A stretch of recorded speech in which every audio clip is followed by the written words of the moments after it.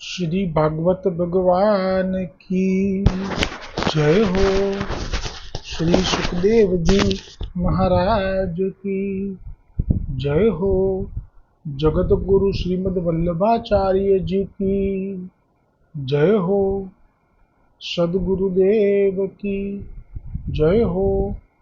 વેદવ્યાસજી રચિત શ્રીમદ ભાગવત મહાપુરાણના પુસ્તકમાં સંસ્કૃતમાં શ્લોક સુખદેવજીનો સંવાદ, તેનો આ ગુજરાતીમાં અનુવાદનો પાઠ, જેમાં ગઈકાલે પ્રસંગ આવ્યો કે જેવા જય વિજયને શ્રાપ મળ્યા પછી જે ભયભીત થયા કે અમારે ભગવાન વિષ્ણુના વૈકુંઠ લોકનો ત્યાગ કરવો પડશે અને પાપમયી કામ ક્રોધ લોભયુક્ત યોનિઓમાં પીડા ભોગવવી પડશે, એ ભય ભગવાન વિષ્ણુએ જોયો. તેથી કહ્યું કે ભલે તમે દૈત્ય યોનિમાં જશો, પણ મારા પ્રત્યે તમારો ક્રોધ હશે, તે કારણે તમારી મારામાં એકાગ્રતા વધશે. તેનાથી તમે આ શ્રાપમાંથી મુક્ત થઈ જશો. એટલે કે જેવું માગ્યું હતું કે અમે કોઈ પણ યોનિમાં જઈએ પણ અમને પ્રભુ ના બોલાવવા જોઈએ, તો આ વેરભાવથી વધારે એકાગ્રતા થાય એટલા માટે આવો શ્રાપ અપાવડાવ્યો છે. જલ્દી પાછા અવાય અને થોડા જ સમયમાં મારી પાસે પાછા આવી જશો. તો ખરેખર આજે વૈકુંઠમાં જય વિજય અત્યારે જે છેલ્લા દ્વાર ઉપર છે એ આ જ છે. તો એ પડ્યા પછી હિરણ્યાક્ષ હિરણ્યકશ્યપુ થયા, પછી દેહ છોડીને સ્વર્ગમાં ગયા. વળી પાછા રાવણ કુંભકર્ણ થયા, દેહ છોડીને સ્વર્ગમાં ગયા. વળી પાછા શિશુપાલ દંતવક્ર થયા અને જ્યાં ભગવાને મસ્તક છેદ્યું, વળી પાછા વૈકુંઠમાં દ્વારપાલની સ્થાને નિયુક્ત થઈ ગયા. એટલે જે વેદમાં કહ્યું છે કે એકવાર મારી પાસે આવે છે પછી એનો હું ત્યાગ કરતો નથી, જે ગોપીજનોએ કહ્યું હતું યજ્ઞપત્નીઓએ, કે વેદનો તો આ પ્રકાર છે, વેદમાં તો આજ્ઞા છે આપની કે મારી પાસે એકવાર જે જીવ મને પ્રાપ્ત કરી લે એ પછી ક્યારેય પણ મારાથી દૂર થતો નથી. પણ એનો અર્થ એવો નહીં કે અપરાધ કરવાનો એને લાયસન્સ કે પરવાનો મળી જાય, એટલે અપરાધ કરે તો પડવું પડે. જેમ પુષ્ટિ માર્ગમાં પણ આજે કરોડો સૃષ્ટિ છે, એમાંથી ઘણા બધા મનોરથ માટે પડ્યા છે, રામદાસ ચૌહાણ વગેરે, પણ ઘણા અપરાધથી પડ્યા છે કે મારા જેવી સુંદર નહીં, ભગવાન બોલાવે તો ના આવે. એક વખત ખેલવાનું શરૂ થાય પછી ખેલના નિયમો ચાલુ થઈ જાય. નથી ખેલવું તો સાયુજ્ય મુક્તિ ખુલ્લી છે, કોણે તમને રોક્યા છે, બાંધ્યા છે, અહીંયા એ ભાવ થયો. એટલે જુઓ, પ્રભુએ પાછા આવવા માટે પણ વચન આપી દીધું કે ખૂબ જલ્દી આવશો, સાંત્વના આપી દીધી. દ્વારપાલોને આ રીતે આજ્ઞા કરી. ભગવાન ગઈકાલ આવી ગયેલો પ્રસંગ છે પણ આપણે યાદ કરી લઈએ થોડું. દ્વારપાલને આ રીતે આજ્ઞા આપી, ભગવાન આપના વૈકુંઠ ધામમાં પ્રવેશી ગયા. તે પાર્ષદો જય વિજય તો બ્રાહ્મણોના શ્રાપને કારણે ભગવાનના તે ધામમાં જ શ્રીહીન થઈ ગયા તથા તેમનો બધો ગર્વ ગળી ગયો.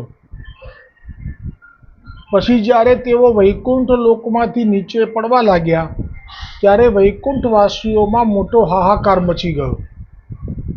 કેમ કે આટલા વખતથી જે કાયમ નિત્ય સેવકો હોય ને એ પડે એટલે એ લોકોને પણ થયું કે આ તો અમારો નંબર હાહાકાર એટલે કંઈ બહુ એમના માટે પ્રેમ હોય એવું ના હોય. હાહાકાર એટલે અમારો નંબર લાગી શકે છે, એટલે બધા એલર્ટ મોડ ઉપર આવી ગયા, હાહાકાર મચી ગયો. તે સમયે દિતિના ગર્ભમાં કશ્યપનું જે ઉગ્ર તેજ રહેલું હતું તેમાં ભગવાનના આ બંને પાર્ષદોએ જોડિયા છે ને પ્રવેશ કરી લીધો. બસ ગઈકાલ અહીંયા સુધી આવેલી હતી ભાગવતજીની આ લીલા. હવે આગળ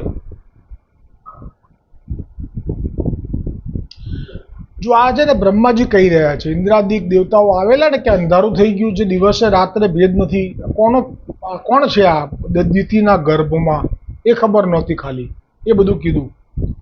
હવે જુઓ, બ્રહ્માજી એમનું સમાધાન કરી રહ્યા છે ઇન્દ્રનું, કે આ કોણ હતા, તો કે જય વિજય છે. કોના, તો કે વિષ્ણુના પાર્ષદ. એટલે ઇન્દ્રને તો કંઈ ગજુ પહોંચે નહીં એનું, કે જેણે વિષ્ણુના પાર્ષદ જ્યારે કોઈ ગર્ભમાં આવે તો મારું શું ગજું, એટલે હવે એને સમાધાન માટે, દુઃખ દૂર કરવા માટે, કારણ કે એને બી સ્વર્ગ ઉપર શાસન કરવું છે, પણ અત્યારે સ્વર્ગ ઉપર તો પેલો બેસી ગયો છે, હિરણ્યકશ્યપુ. અરે સોરી, ક્ષમા કરજો, એને સ્વર્ગ ઉપર શાસન કરવું છે, પણ શાસન છીનવી લેશે. એ તો અત્યારે ગર્ભમાં પ્રવેશ કર્યા પછી જ પ્રતાપ દેખાય છે એમનો, એ ભાવ હતો. બ્રહ્માજી કહે છે, ઇન્દ્રાદિક દેવતાઓ તે બંને અસુરોના તેજને કારણે તમારા સૌનું તેમજ સૂર્યનારાયણનું તેજ ફીકું પડી ગયું છે અને આ અંધકાર છવાયો છે. પણ આ સમયે ભગવાન આવું જ કરવા ઈચ્છે છે. એટલે હજી આ પ્રમાણ આપું આપને કે ભગવાન પૂર્ણ પુરુષોત્તમ જ્યારે પ્રગટ થયા ભૂતલ ઉપર, તો આપના જે સખાઓ પ્રગટ થયા સાથે, પણ એક સખો જે હતો શ્રીદામો, એને ઉપર લીલામાં સ્વામિનીજીએ શ્રાપ આપેલો, કેમ કે એણે સ્વામિનીજી માટે એમ કહેલું કે માન દૂર નથી કરતી, આટલું બધું સમજાવે છે. તો પ્રભુની લીલા હતી આ પણ આવી, જેવી રીતે જય વિજય માટે કરી, લક્ષ્મીજીને આવ્યાને રોક્યા, તો કહ્યું કે આટલું બધું માન દૂર કરવા માટે મનાવે છે અમારા પૂર્ણ પુરુષોત્તમ શ્રી કૃષ્ણચંદ્ર, તોય તું માનતી નથી. તારા જેવી તો કરોડો આવી, આવું કહી દીધું, કરોડોને પ્રગટ કરી શકે એમ છે અમારા પૂર્ણ પુરુષોત્તમ. એટલે સ્વામિનીજીએ કહ્યું કે હું તને શ્રાપ આપું છું કે તું રાક્ષસ થઈ જા, કેમ કે તું પિતાના વખાણ કરે છે, માતાની અવહેલના કરે છે. તો પ્રભુની પ્રેરણાથી શ્રીદામાએ પણ શ્રાપ આપી દીધો રાધાજીને કે તને પણ ભૂતલ ઉપર ભગવાન શ્રી કૃષ્ણચંદ્રથી 100 વર્ષનો વિયોગ થાય. તો આ જે શ્રાપાશ્રાપી છે એ પ્રભુની ઈચ્છાથી પ્રેરિત છે, કેમ કે જ્યારે બંને જણાને ખબર પડી કે સ્વામિનીજીએ તો એક પલ રહેવાય નહીં, એને 100 વર્ષ, અને શ્રીદામાને તો રાક્ષસ થવું પડશે, તો શું ઠાકોરજીનો અંતરંગ, એટલે એમને તો ખેલવા માટે પહેલો શ્રીદામા જોઈએ, પછી બીજા બધા આવે તો ચાલે, સ્તોક, સુબલ, વિશાલ બધા, પણ આ તો પહેલો જોઈએ. તો હવે બંનેના હૃદયમાં ફાળ પડી, પણ એ જ વખતે આ પ્રભુ ત્યાં પ્રગટ થયા અને કહ્યું કે આ અમારી ઈચ્છાથી થયું છે. કઈ ઈચ્છા? તો કે શ્રીદામા જે છે એ શંખચૂડ નામનો રાક્ષસ થશે, પણ બીજા સ્વરૂપે અમારી સાથે રહેશે.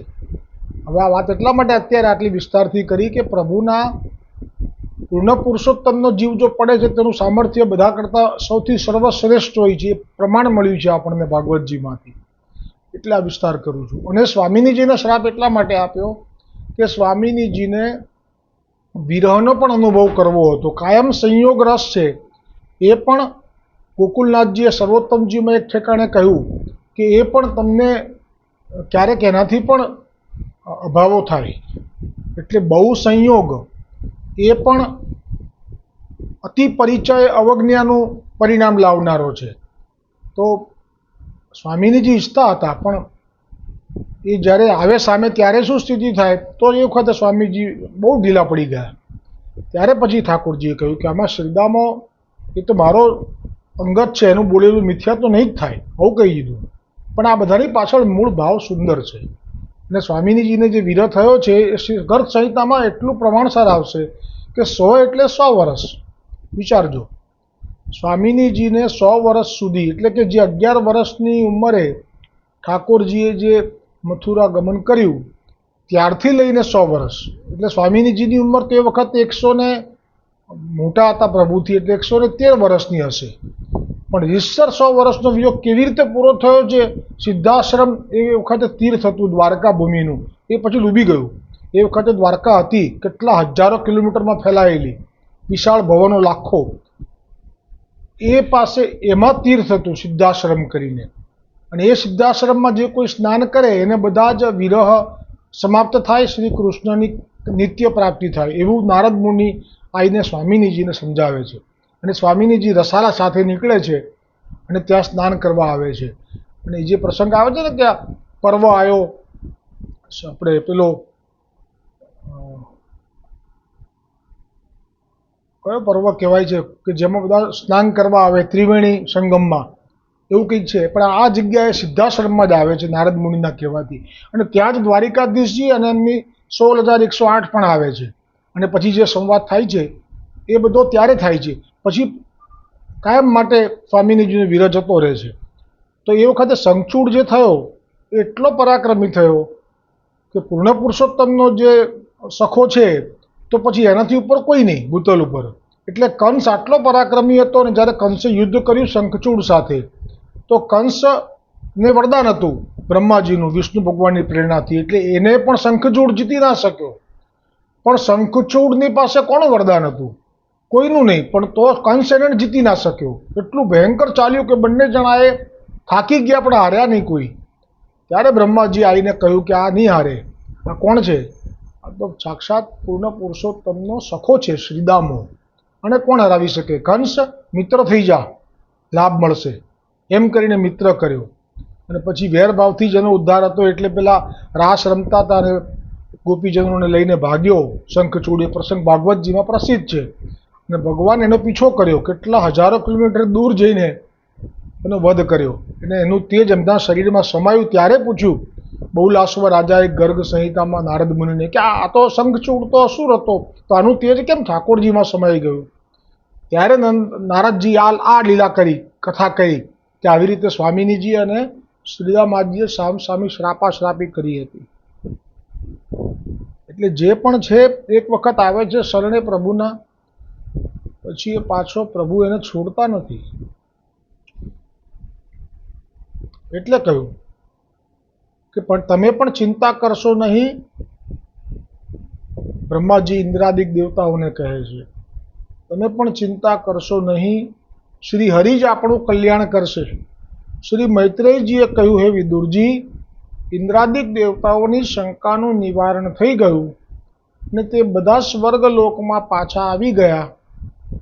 આ બાજુ દિતિએ પોતાના પુત્રોના તરફથી ઉપદ્રવ વગેરેની આશંકા થતી રહેતી હતી. તેથી જ્યારે પૂરા 100 વર્ષ વીતી ગયા ત્યારે તે સાધ્વીએ 2 યમજ એટલે એનો અર્થ થાય ગુજરાતીમાં જોડકા.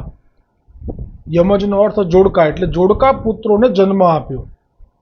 તેમના જન્મ લેવાના સમયે સ્વર્ગ, પૃથ્વી અને અંતરિક્ષમાં અનેક ઉત્પાતો થવા લાગ્યા, જેનાથી સનકાદી સિવાય બધા જ લોકો અત્યંત ભયભીત થઈ ગયા.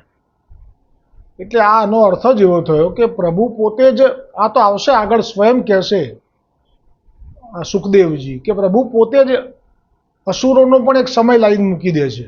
એટલું બધું તેજ બળ વધારી દે છે ભગવાન કે અસુરો પોતે પૃથ્વી પર હામી થઈ જાય છે. એ વખતે જે ધર્મ પ્રત્યે પાખંડી લોકો હોય છે એ લોકોનો નાશ થઈ જાય છે,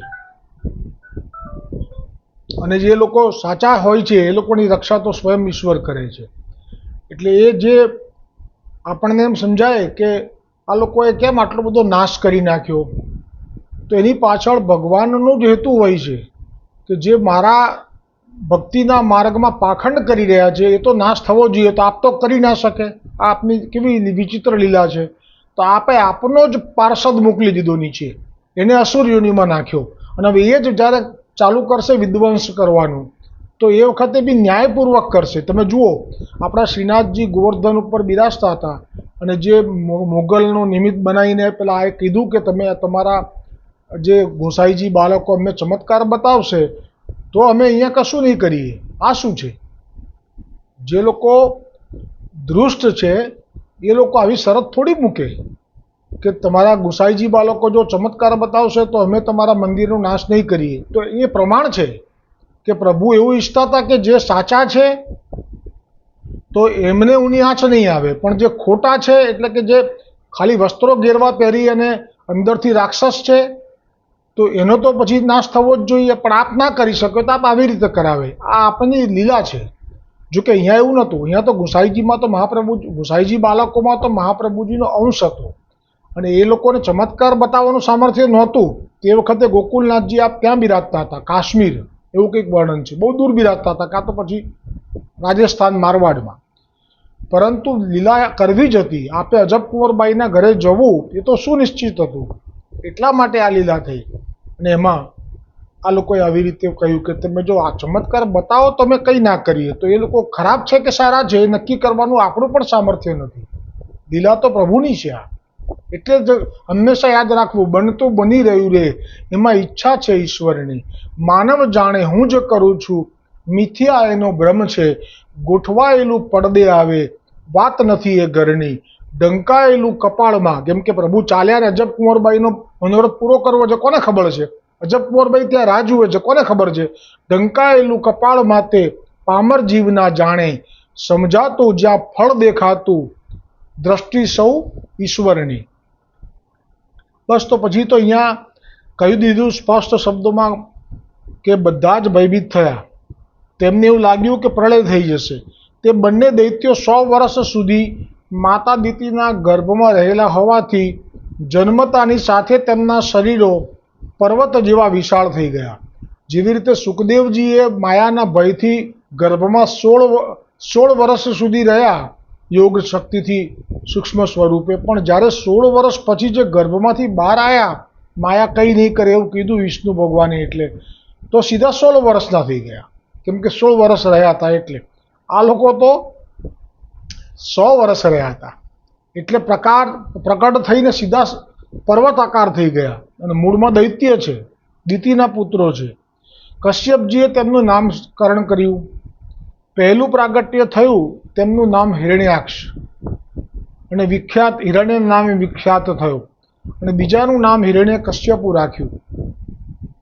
એક દિવસ તે હિરણ્યાક્ષ હાથમાં ગદા લઈને યુદ્ધની ઈચ્છાથી સ્વર્ગલોકમાં ગયો, ત્યારે દેવતાઓ તો બીકના માર્યા જ્યાં ત્યાં સંતાઈ ગયા. પછી વરુણ લોકમાં આવ્યો અને વરુણદેવને યુદ્ધ માટે સામેથી આહ્વાન કર્યું, લલકાર્યા. ત્યારે વરુણદેવ કહે, અમને તો હવે યુદ્ધમાં રસ રહ્યો નથી. ચતુરાઈપૂર્વક જવાબ આપે છે. આ બહુ સુંદર જવાબ છે. અને તને યુદ્ધમાં સંતુષ્ટ કરી શકે એવું તો કોઈ હોય તો એક ભગવાન નારાયણ છે, કારણ કે એનું મૃત્યુ આવી ગયું હતું.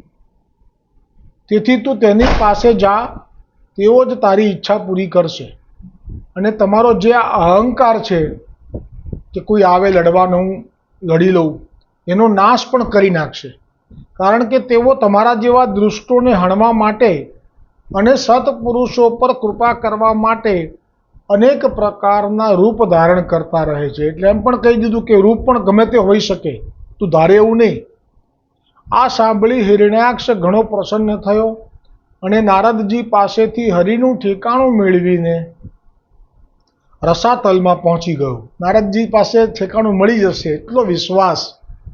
નારદજી પાસે જાય તો એને વિચાર પણ ના આવે કે આ પણ કોના છે, મારા છે કે એમના છે. એટલું સુંદર આપનું ચરિત્ર છે. બધાને એમ જ લાગે કે નારદજી મારા છે. અસુરોને પણ એમ જ લાગે, કંસને પણ એમ જ લાગતું હતું કે નારદજી કેટલા હિતેચ્છુ છે કે મને બતાવી દીધું કે આમાંથી 7મો 8મો પહેલેથી બી હોય ને વચ્ચેથી બી હોય ને છેલ્લેથી બી હોય. રસાતલમાં પહોંચી ગયો ત્યારે તેમણે વિશ્વવિજયી વારાહ ભગવાનને પોતાની દાઢો ઉપર પૃથ્વીને ઉપર લઈ જતા જોયા. તેઓ પોતાના લાલ લાલ ચમકદાર નેત્રોથી તેના તેજને હરી લેતા હતા. તેમને જોઈને ખડખડાટ હસી પડ્યો હિરણ્યાક્ષ અને બોલ્યો, અરે આ જંગલી પશુ અહીં જળમાં ક્યાંથી આવ્યું? પછી વારાજીને કહ્યું, અરે મૂર્ખ, અહીં આવ, આ પૃથ્વીને છોડી દે. તું અનેક રૂપ કરીને દૈત્યોને જીતી લે છે અને મારી નાખે છે. આજે હું તને ખતમ કરીને દૈત્યોના શોકને દૂર કરીશ. હિરણ્યાક્ષ વરાહ ભગવાનને કહે છે, હમણાં જ મારા હાથમાંથી ગદા છૂટશે, તેના પ્રહારથી તારું માથું ફાટી જવાને કારણે તું નષ્ટ થઈ જઈશ. તેની સાથે જ તારી ભક્તિ કરનારા જેટલા પેલા ઋષિ મુનિઓ અને દેવતાઓ છે તે પણ સ્વયં નષ્ટ થઈ જશે. જ્યારે હિરણ્યાક્ષ આવું બોલી રહ્યો હતો, પણ તે વખતે પોતાની દાઢોની ટોચ ઉપર રહેલી પૃથ્વીને ભયભીત થયેલી જોઈને પ્રભુ તે એ વચન બાણને સહી લીધા. સમય સંજોગને માન આપી દીધું. કેમ કે પૃથ્વી દેવી એમની પત્ની છે, એ ભયભીત થઈ રહી છે. કેમ કે આવું જોયું નથી હિરણ્યાક્ષનું વિકરાળ સ્વરૂપ. અને યુદ્ધ કરવા આવી ગયેલો છે. સ્ત્રીજન છે. આ સ્ત્રીજન તો કોમળ હોય, બીકણ પણ હોય, સ્વાભાવિક છે. ત્યારે હિરણ્યાક્ષે તેમનો પીછો કર્યો અને ક્રોધે ભરાઈને કહેવા લાગ્યો કે વરાહના રૂપમાં કપટી નારાયણ તને ભાગી છૂટતા શરમ નથી આવતી? ભગવાન ભાગવામાં કુશળ છે. બે જગ્યાએ ભાગ્યા છે. જરાસંધની સામે ભાગ્યા છે, કાલ યવનની સામે, પણ અહીંયાથી જ ટેવ પડી ગઈ છે, અહીંયા ભાગ્યા છે. આની પહેલા કેટલી વખત ભાગ્યા હશે, કેટલા બ્રહ્માંડો છે, કેટલી કથાઓ છે. એટલે તો કહે છે હરિ અનંત, હરિકથા અનંતા. જો આજે જ સર્વોત્તમજીમાં આવશે, જે 108 નામ જે છે એના કારણ પ્રગટ કરવા માટે મુસાઈજીની રચના સર્વોત્તમજીની, કે મહાપ્રભુજીનો એક રોમ, એમાં એક બ્રહ્માંડ છે. હવે કેટલા બ્રહ્માંડ થયા, તો કેટલી લીલા થઈ, કેટલા વિષ્ણુ, મહાદેવ અને બ્રહ્મા થયા. એટલે કીધું હરિ અનંત, હરિકથા અનંતા. પણ જે મળી જાય થોડી તો પણ પૂરતી. એટલે તો કહ્યું છે ને દોડમાં, હું તો યાચું છું એક જ બિંદુ. હે હરિ, હે પ્રભુ, હે શ્રીજી, તમારા કરોડો અબજો બ્રહ્માંડ ભલે રહ્યા, પણ મને તો આ બ્રહ્માંડની એક આપની લીલાનો રસ મળી જાય. હું તો યાચું છું એક જ બિંદુ, એક બિંદુમાં નહીં થાય ઓછું. હારે વાલા અરજી અમારી સુણો શ્રીનાથજી, લઈ જાજે તારા ધામમાં. હારે વાલા અરજી અમારી સુણો શ્રીનાથજી, લઈ જાજે તારા ધામમાં. હારે તને સમજું ને શું સમજાવું, હારે કે તો અંતર કોરીને બતાવું. હારે તારા વૈષ્ણવને એક જ આશા, શ્રીનાથજી લઈ જાજે તારા ધામમાં. એક હારે નાથ યાચું છું, એક જ બિંદુ, એક બિંદુમાં નહીં થાય ઓછું. આગળ છે, બહુ સુંદર શબ્દ છે. આપણે જરૂર કેટલી? એક બિંદુ જેટલી. કારણ કે આપની કથાનો ક્યાં પાર છે? પ્રભુએ તેની વાત પર ધ્યાન ના આપીને પૃથ્વીને જળ ઉપર યોગ્ય જગ્યાએ સ્થાપિત કરી દીધી. તેમાં પોતાની આધાર શક્તિનો સંચાર કરી દીધો. કોઈને સાયન્ટિસ્ટો થાકી ગયા, આ પૃથ્વી કયા આધારે છે, કોઈને મળતું નથી. ક્યાંથી મળે, કોને સ્થાપી છે? વરાહનારાયણ ભગવાને પોતાની આધાર શક્તિનો સંચાર કરી દીધો. તે સમયે હિરણ્યાક્ષની સામે, એટલે કે અગોચર વિશ્વ પણ છે, જે માનવની દ્રષ્ટિમાં નથી આવતું, એ ગર્ગ સંહિતામાં આવશે. અર્જુનને ત્યાં પ્રવેશ થઈ જાય છે, મનુષ્યનો પ્રવેશ નથી એવું કહેશે એ લોકો, કે અહીંયા તો મનુષ્યનો પ્રવેશ નથી, તું કેવી રીતે આવ્યો? પછી કહેશે આ નર નારાયણમાં નરનો અવતાર છે એટલે આવ્યો.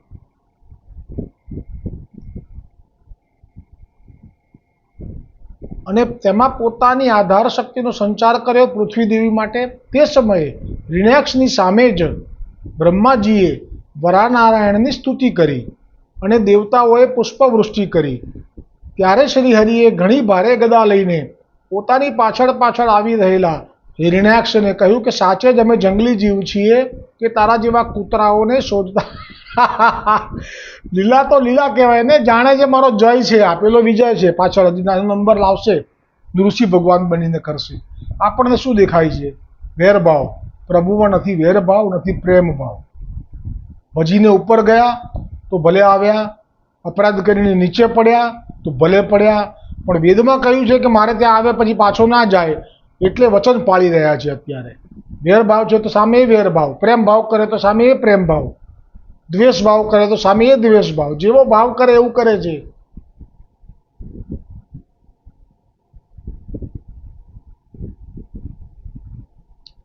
સાચે જ અમે જંગલી જીવ છીએ, તારા જેવા કૂતરાઓને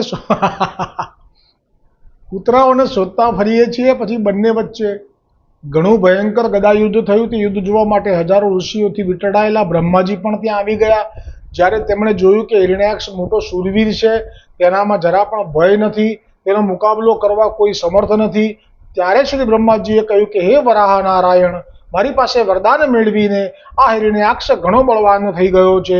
તે તમારા શરણે રહેનારા દેવતાઓ, બ્રાહ્મણો અને ગાયો તથા અન્ય નિર્દોષ જીવોને ઘણી હાનિ પહોંચાડનારો, દુઃખદાયી અને ભયપ્રદ થઈ રહ્યો છે. તેથી હવે તમે આની સાથે ખેલ ના કરો. સંધ્યાકાળ થશે એટલે આનું બળ વધી જશે. અને વધ કરી નાખો સંધ્યાકાળ પહેલા. હવે આગળનો પ્રસંગ છે જે વધ થશે અને ઉદ્ધાર થશે, એનો સ્વર્ગલોક જશે, એનો એ આવતીકાલે આવશે. અને મને અમે પણ જ્યારે જ્યારે ભાગવતજીમાં હિંસાની વાતો આવે કે આ રીતે આ મસ્તક કપાયું ને આટલું આ ને આટલું રુધિર ને આટલું આ, મારાથી સહન ના થાય. અને મને કોઈ હિંસાની વાતોથી મન પણ વિચલિત થઈ જાય, એટલે હું એ હંમેશા ભાગવતજીમાં રાખતો નથી, ટૂંકમાં કરીને આગળ નીકળી જાઉં છું. અને એટલે જ મને મહાપ્રભુજી વલ્લભાચાર્યજી જે માર્ગની રીતિ પ્રગટ કરી છે એ મને કેમ આટલી પ્રિય છે કે તો કે એમની માર્ગની રીતિમાં સીધા ગોવર્ધનનાથજીને સેવામાં રહેવાનું છે, એટલી જ આજ્ઞા છે. જે મેં ગઈકાલે કીધું ને કે આચાર્ય બાળકોએ જે દાન પુણ્યનો પ્રભાવ એવડાવવા માટે એક નવી પોતાના તરફથી આગવી આજ્ઞાઓ કરીને પ્રણાલી શરૂ કરી દીધી છે. તે ગઈકાલે મને આ પદ યાદ ના આવ્યું એટલે ના લીધું, આજે લઈ લઉં છું કે મહાપ્રભુજીએ માર્ગની રીતિ જે પ્રગટ કરી છે એ આ પદમાં, આ કીર્તનમાં છે કે માર્ગ રીતિ દિખાઈ પ્રગટવે માર્ગ રીતિ દિખાઈ, પરમાનંદ સ્વરૂપ કૃપાનિધિ શ્રી વલ્લભ સુખદાઈ, કરત શૃંગાર ગિરી ધરણ લાલ કો જબ કર બેનું ગહાઈ, લે દર્પણ સન્મુખ ઠાડે વે નિરખ નિરખ મુસુકાઈ. અને જે વલ્લભકુલ બાળકોને આવી રીતે કોઈ સ્કૂલમાં દાન આપવા માટે વૈષ્ણવોને કહેવાનું અને એમનું સમર્પિત કરેલું અલૌકિક દ્રવ્ય, અલૌકિક ધન જે ગઈકાલે આવ્યું ચરણાન અશેષ કરીને નામ જાયું, એમાં કહ્યું કે એ બધું ધન તો મહાપ્રભુજીએ અલૌકિક ભાવથી આપેલું છે વૈષ્ણવોને, સેવાના ભાવથી, સેવા માટે વૈષ્ણવોની, ક્યાં તો મનોરથ, ક્યાં તો વલ્લભકુલ ગુરુ, ક્યાં તો શ્રીનાથજી દ્વારા, કોઈ લૌકિક માટે નથી આપેલું. તો એ આમાં સિદ્ધ થાય છે કે આ જ આજ્ઞા છે વલ્લભની કે વિવિધ ભાત સામગ્રી કરી મનુહાર લીવાય, જલ અચવાય બીડી પાન લીવાય, એ જે આખું પદ છે. કરત આરતી અનુસર પટ દે બેઠે નિજ ગૃહ આઈ, ભોજન કરી વિશ્રામ છિનકલે નિજ મંડલી બુલાઈ, કરત કૃપા નિજ જન પર શ્રીમુખ બચન સુનાઈ, બેનું ગીત પુની યુગલ ગીત કી રસ બરખા બરસાઈ. અને સેવા રીતિ પ્રીતિ વ્રજ જનકી, એમાં ગોપીજનોને પણ દાન કરવાનું નહોતું કારણ કે પતિ ભાવ છે. અહીંયા પતિ કરી શકે, પત્નીથી દાન બાન ના થાય, એ જ ભાવ. કરત સેવા રીતિ પ્રીતિ નિજ જનકી, વ્રજજન હિત પ્રગટાઈ, દાસ શરણ હણી વાગદેશ કી, શરણ રેણુ નિધિ પાઈ. શરણ રેણુ પર જ આખું નામ હતું ગઈકાલે અને આ રહી ગયું હતું એટલે આજે મેં લીધું.